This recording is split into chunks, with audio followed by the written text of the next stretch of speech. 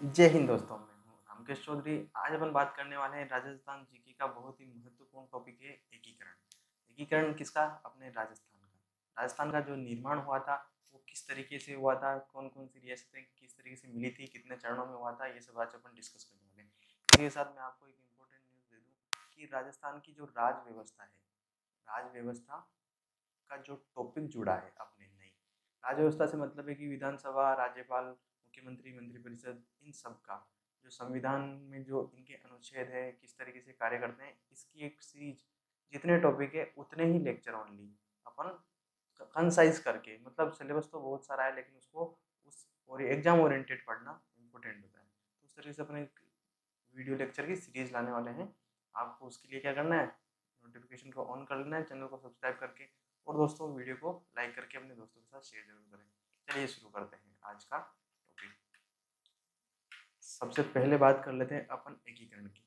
एकीकरण से मतलब है कि एकीकरण संगठन, किसी भी समूह का या किसी भी जगह विशेष को संगठित करके एकजुट करना। एकजुट करने से मतलब है कि जब हमारा देश आज़ाद हो रहा था तो 1946 में, 1946 में सरदार वल्लभ भाई पटेल को अध्यक्ष बनाया गया एकीकरण का। एकीकरण संगठित करके पूरे भारत को एकजुट करने के लिए।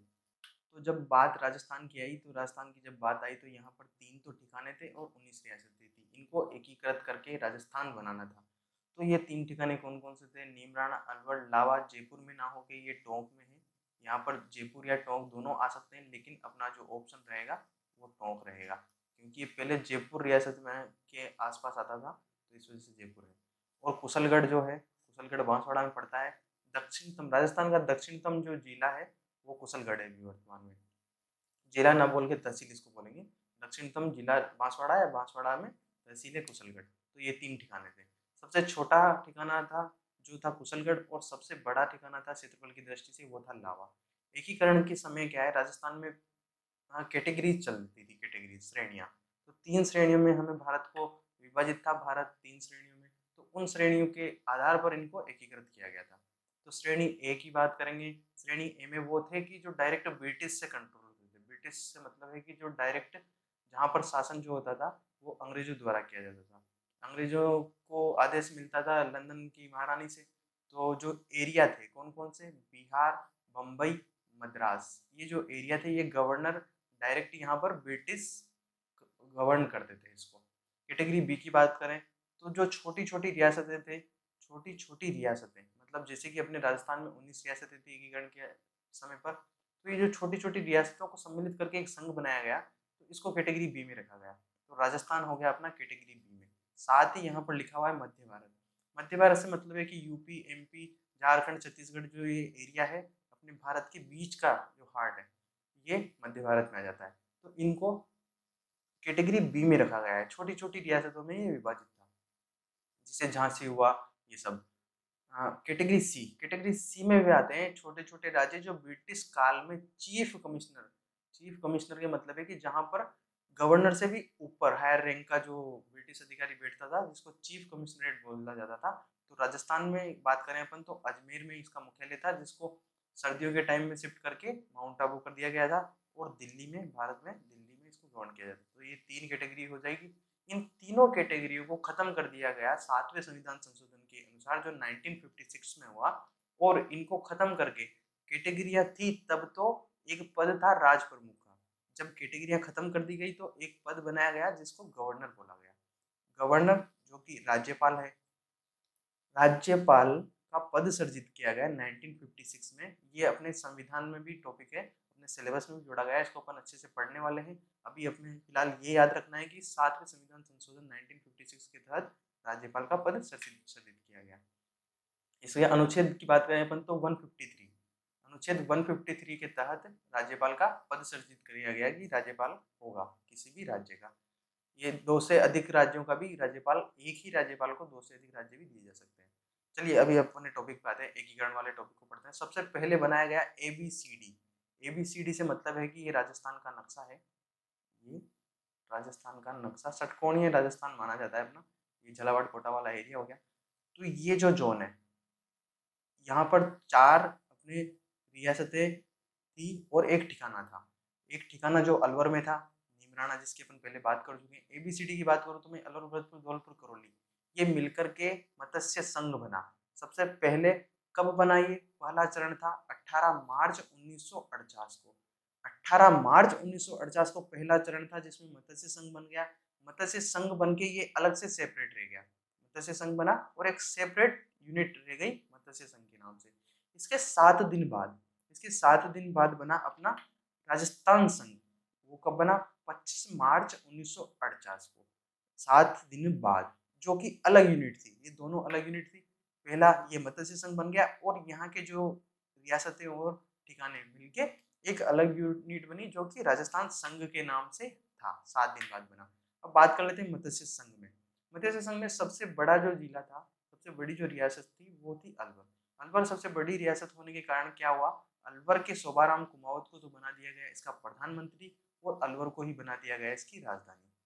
साथ में ही जो राज प्रमुख का पद था, वो राज प्रमुख का पद दे दिया गया धौलपुर के महाराजा उदयभान सिंह को। 3 चीजें हमें याद करनी है। पहला चरण कब हुआ? 18 मार्च 1949 को। इसके राज प्रमुख कौन थे? धौलपुर के उदयभान सिंह। इसके प्रधानमंत्री कौन थे? शोभाराम कुमावत, अलवर के। इसका उद्घाटन किसने किया? महत्वपूर्ण एक और लाइन है, इसका उद्घाटन किसने किया? वो NV गोडगिल या नरहरि विष्णु गोडगिल ने। इसका उद्घाटन किसने किया? नरहरि विष्णु गोडगिल ने। ये इंपॉर्टेंट टॉपिक है, जो लाइनें हैं जो इसमें से याद करनी है। चलते हैं नेक्स्ट पे। दूसरा चरण 7 दिन बाद 25 मार्च 1948 को क्या बना? राजस्थान संघ। राजस्थान संघ जब बना तो इसमें कौन कौन से रियासतें और कौन कौन से ठिकाने मिलाए गए, इसकी बात कर लेते हैं। तो बाबू का झाड़ू, कीको परसाटो। बाबू बाबू का झाड़ू, कीको परसाटो। इस एक लाइन से क्या होता है? इस एक लाइन को याद करने से अपने को ये याद रह जाता है कि कौन कौन से इसमें सम्मिलित किए गए। वैसे भी जहां मैंने ये सर्किल किया था, आपको याद हो तो, ये जो सर्किल किया है यहाँ पर जो अपने राज्य अभी जो जितने जिले हैं, वो जिले ही रियासतों के रूप में थे। देखिए, कोटा हुआ, झालावाड़ हुआ, बूंदी हुआ, टोंक हुआ, किशनगढ़ हुआ, शाहपुरा हुआ, बांसवाड़ा, डूंगरपुर, प्रतापगढ़, ये तो थी रियासतें। और एक ठिकाना जो लावा, पहले जयपुर में था, अभी टोंक में इसको, अभी आंसर अगर अपना आता है तो टोंक यहाँ पर माना जाएगा। और कुशलगढ़ जो कि बांसवाड़ा में है। ये दूसरे चरण में राजस्थान संघ जब बना, तब सबसे पहले बना मत्स्य संघ, फिर बना राजस्थान संघ। दोनों संघ बने, दोनों अलग अलग हैं।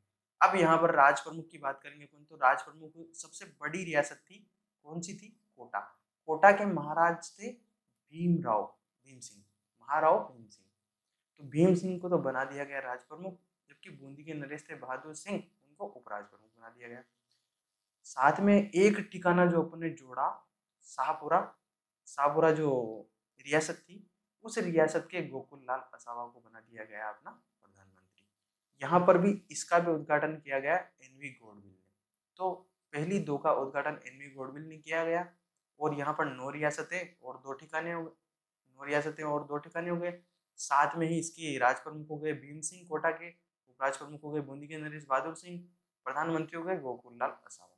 चलिए, दूसरा चरण खत्म। बात करते हैं तीसरे चरण की। तीसरे चरण में क्या हुआ? देखो, संघ बन चुके हैं। पहले क्या बने? 2 संघ बन के हो गए, राजस्थान संघ और मत्स्य संघ। अब जब संघ बन गए तो संयुक्त करना पड़ेगा। तो संयुक्त करने के लिए क्या किया? जो राजस्थान संघ बना उसमें उदयपुर रियासत को मिला दिया। जो राजस्थान संघ बना उसमें उदयपुर रियासत को मिला दिया गया। और ये कब किया गया? इसके जस्ट 1 महीने बाद, पहले चरण के 1 महीने बाद, पहले चरण के 1 महीने बाद 18 अप्रैल को। आपको याद होना चाहिए, पहला चरण था जो 18 मार्च को था, मार्च अप्रैल। देखिए, पहला चरण 18 मार्च को, उसके 7 दिन बाद राजस्थान संघ, पहले में मत्स्य संघ। तीसरा चरण 1 महीने बाद 18 मार्च से 18 अप्रैल 1949 को। तो अभी एक ही साल में चल रहे हैं अपन, 1949 में। 1949 में 3 चरण पूरे हो चुके हैं अपने। तब तक बन चुका है संयुक्त राजस्थान। दोनों में तो संघ बने, इसमें संयुक्त बनाएंगे। संघ को संयुक्त करने के लिए उदयपुर रियासत मिला दी। जैसे ही उदयपुर रियासत मिलाई तो अपने पंडित जवाहरलाल नेहरू जी आए उठ के, और इन्होंने उसका उद्घाटन कर दिया। राजस्थान, संयुक्त राजस्थान का उद्घाटन किसने किया? ये क्वेश्चन पूछा जाता है और ये आया भी है पिछली बार। तो पंडित जवाहरलाल नेहरू ने इसका उद्घाटन किया। पहला हमें याद रखना है, उद्घाटन किसने किया और राज प्रमुख अब बात कर लेते हैं, जब जैसे ही अगर उदयपुर को जोड़ा, तो उदयपुर को जोड़ते ही सीधी सी बात है, जो नया जुड़ेगा वो कहेगा कि मुझे राजप्रमुख का पद दो। तो यहाँ के भोपाल सिंह, मेवाड़ के महाराणा भोपाल सिंह को राजप्रमुख का पद दे दिया गया, और जो पुराने राजप्रमुख थे भीम सिंह, उनको उपराज प्रमुख बना दिया। बाकी जो बूंदी नरेश थे उनको हटा दिया गया। माणिक्य लाल वर्मा, माणिक्य लाल वर्मा को क्या बना दिया गया, इसका प्रधानमंत्री बना दिया गया। और राजधानी जब कोटा थी, तो कोटा से राजधानी उठा के कहाँ कर दी गई, उदयपुर कर दी गई। नेक्स्ट की बात कर लेते हैं, चौथा चरण। देखिएगा, अभी तक अपन क्या है, दो संघ बनाए, संघों को मिला के एक संघ में एक रियासत मिलाई उदयपुर, तो संयुक्त हो गया।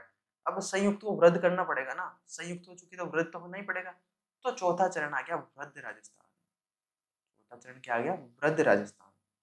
अब ये चला जाएगा सीधा, अभी तक तो अपन 1948 में थे, सीधे आ जाओ उठ के 1949 में, 1949 30 मार्च, 30 मार्च 1949 को चौथा चरण स्टार्ट होता है। चौथे चरण में क्या करते हैं अपन, वृद्ध राजस्थान का निर्माण करते हैं। वृद्ध राजस्थान का निर्माण करने के लिए क्या करना पड़ेगा, जो अपना राजस्थान संघ और संयुक्त राजस्थान था, संयुक्त राजस्थान में तीन तो जे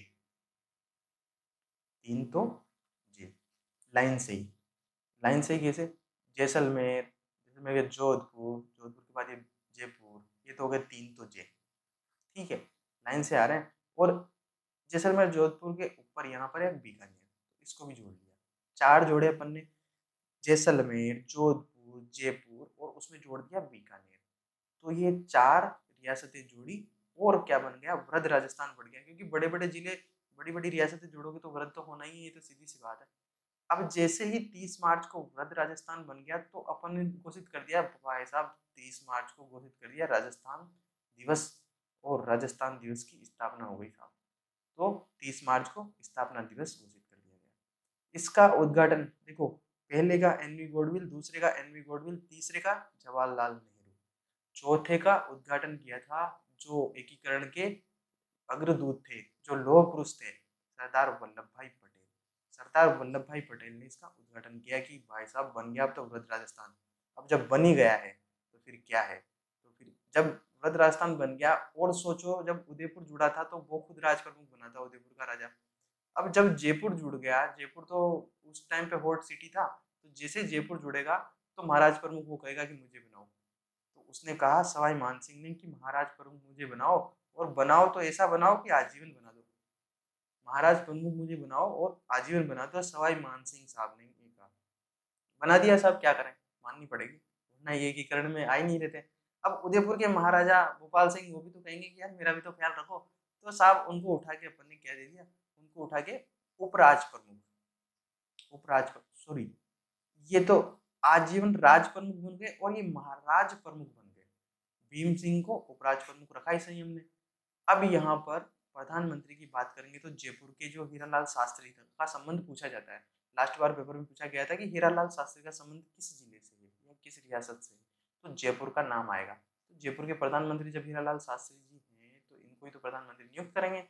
अब बात कर लेते हैं कि ये जो जयपुर की राजधानी बनाई गई राजस्थान की, ये एक कमेटी थी, P C Satyanarayana Rao committee, इसकी सिफारिश पर इसको बनाया गया। नीचे वाली लाइन इतनी इंपॉर्टेंट नहीं है, लेकिन ऊपर का जो माल है वो काफी क्वालिटी है।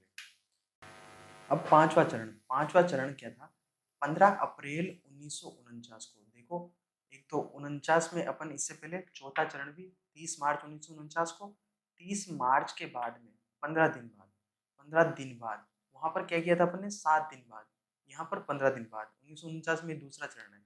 दूसरा चरण 1949 में है, और अपने एकीकरण का पांचवा चरण है। पांचवा चरण में क्या किया अपन ने, जब वृद्ध राजस्थान बन चुका है तो वृद्ध को संयुक्त कर दो वापस से। अब संयुक्त कर दो, जब इतना बड़ा इधर अपन एरिया, मतलब ये डायग्राम बनाता हूँ मैं एक सेकंड, जिससे आपको भी बहुत शानदार तरीके से, भाई ये लगभग ये सारा एरिया अपन कवर कर चुके हैं, ये सारा एरिया कवर कर चुके हैं, तो फिर ये बच रहा है, तो इसको मिला दो, दोनों को मिला दो। पांचवें चरण में अपन ने क्या किया, इन दोनों को मिला दिया। तो यहाँ से क्या कर रहे हैं अपन, यहाँ से मत्स्य संघ को अपने कौन से वृद्ध राजस्थान में मिला दिया गया। इसके लिए एक कमेटी गठित की गई थी, शंकर देव राव समिति। इस समिति के सिफारिश पर इसको एकीकृत किया गया। यहाँ पर एक और नया काम हुआ। नया काम क्या हुआ कि कि जो प्रधानमंत्री का पद था उसको समाप्त कर दिया गया और मुख्यमंत्री नियुक्त किया गया। पहला मनोनीत मुख्यमंत्री किसे बनाया गया? हीरालाल शास्त्री को। पहला मनोनीत मुख्यमंत्री बनाया गया हीरालाल शास्त्री को। देखिएगा, अब नेक्स्ट जो छठवां चरण है उसमें क्या करना है, उसमें अपन ने अभी तक छोड़ रखा था अपना जो सिरोही वाला क्षेत्र है वो, अब सिरोही को भी उठा के अपन ने इसमें मिला लिया। जो ग्रेटर राजस्थान बना तो इसमें सिरोही को उठा के मिला लिया। सिरोही को मिलाया तो उस टाइम पे विवाद चल रहा था जो मुंबई कमिश्नरेट था उसके, और यहाँ पर कमिश्नरेट से मतलब है कि जो सेंट्रल कंट्रोल कर रही थी मुंबई वाले एरिया को, वो कहती थी कि माउंट आबू वाला एरिया हमें दो, वहाँ पे ठंड वंड है तो हम रहेंगे। लेकिन ठीक है, हमने मान लिया छठवां चरण में दिलवाड़ा और ये माउंट आबू, ये दो जगह छोड़ के बाकी अपन ने क्या किया, सिरोही को मिला लिया छठवें चरण में। छठवें चरण कब था? 26 जनवरी 1950 को, जिस दिन हमारा संविधान लागू हुआ। तो संविधान लागू हुआ था उस समय हमने विधिवत नाम राजस्थान इसका रख दिया। अब बात कर लेते हैं सातवां और अंतिम चरण, जबकि पूरा राजस्थान बन के तैयार हो गया, जो अपना वर्तमान में राजस्थान है। ये हुआ 1 नवंबर 1956 को। 1 नवंबर 1956 को आपको याद होना चाहिए एक लाइन, जो राज्यपाल का पद सृजित किया गया था वो कब किया था? 1956 में, 7वें संविधान संशोधन के तहत। ये लाइन मुख्य है। और अपन जो अजमेर को भी देखना, यहाँ पर जो 7वां चरण है वो 1 नवंबर 1956 को हमने कंप्लीट किया। यहाँ पर पुनर्गठन आयोग फैजल अली की अध्यक्षता में गठित किया गया है। तो इसके तहत क्या है, सिरोही का आबू और ये दिलवाड़ा हमने ले लिया मुंबई से। उसके बाद में इधर एमपी में कुछ जिले पड़ते हैं, मंदसौर का जो मानपुरा तहसील सुनेन ठप्पा है, तो ये हमने उनको दे दिया, जबकि अजमेर का मेरवाड़ा क्षेत्र हमने उनसे ले लिया और ये अजमेर में मिला दिया। यहाँ पर ये झालावाड़ की एक तहसील पड़ती है सिरोज, जो ये एमपी को दे दी और ये बाकी का अपने झालावाड़ में आ गया। यहाँ पर कंप्लीट होता है राजस्थान का निर्माण। तो राजस्थान का निर्माण पूरा हो गया 1 नवंबर 1956 को। और जब ये राज्यपाल नियुक्त किया गया, इसके बाद जब रियासतें छोटी छोटी खत्म हो गई, रियासतें खत्म हो गई, एक राज्य बन गया, तो यहाँ पर राजस्थान को श्रेणी ए का दर्जा दे दिया गया और राज्यपाल की नियुक्ति की गई। सबसे पहले राज्यपाल है वो गुरुमुख निहाल सिंह जी हैं, जो पहले राज्यपाल बने। दोस्तों, ये खत्म हो चुका है अपना एकीकरण का टॉपिक। जो क्वेश्चन आना है इसी में से आना है, इसके बाहर इसमें से क्वेश्चन आने की संभावना ना के बराबर है। तो आपको बस ये पूरा कंप्लीट याद करना है। आज के लिए इतना ही। अगर वीडियो अच्छा लगा हो तो अपने दोस्तों के साथ शेयर करें, चैनल को सब्सक्राइब करें। मिलते हैं।